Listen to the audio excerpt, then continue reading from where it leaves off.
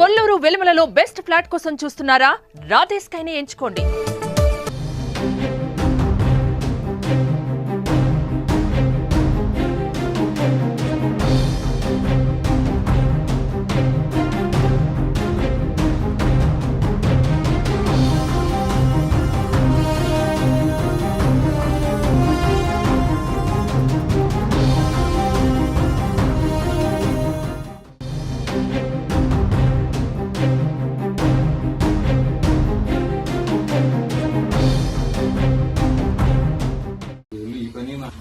నలిగిపోయేమో సామాన్యులు.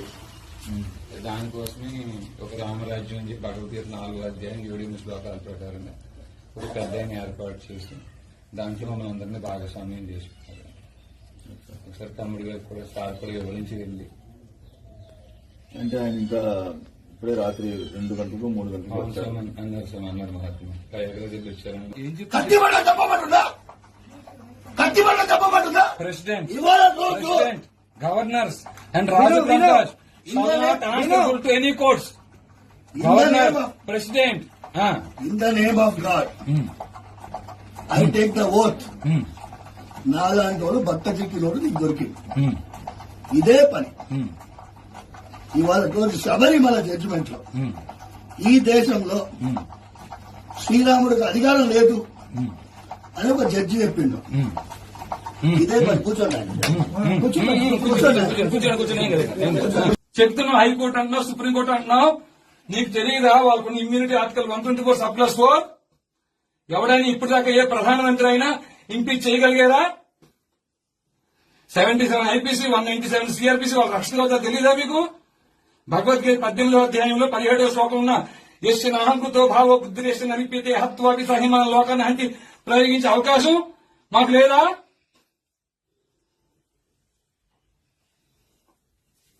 ఏమీ తెలియదండి అయ్యా. పండితులు వ్యాసం వేసుకుని తెలియని నటవిట శూద్రుల వనితలు స్వవచమౌటకు ఉపదేశించి సంతసిల్లి స్వరలయం బులెరుంగకని శిలత్ములై సుభక్తులకు సమానమని దురుకుగలన్న నీ దొరకుడుకు బ్రోచురా.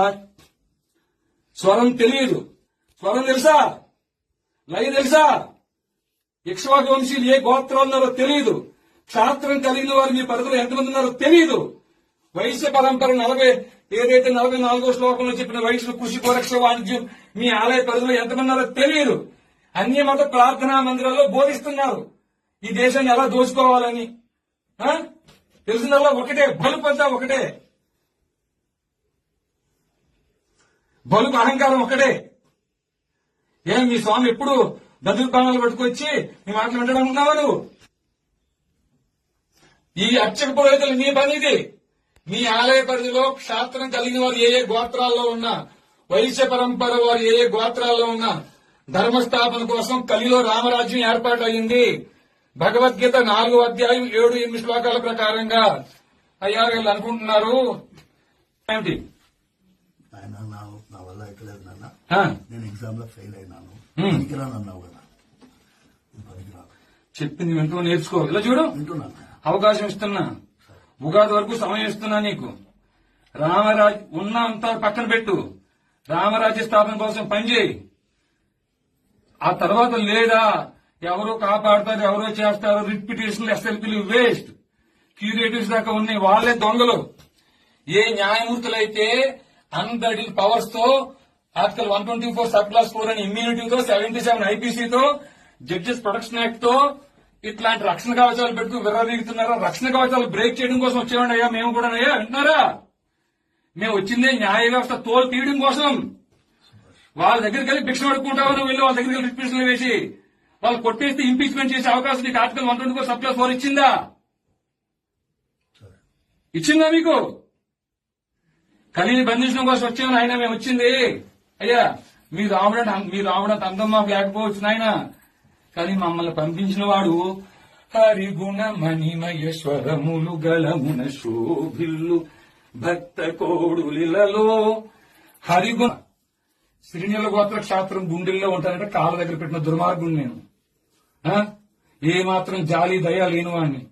ఎందుకు వచ్చానంటే ఆ ముక్కంటి పిలిచిన పిలుపుకి వచ్చాను నేను. వీళ్ళలో ఒక్కరు కూడా వారి అన్నం కోసం కుటుంబం కోసం రాలే.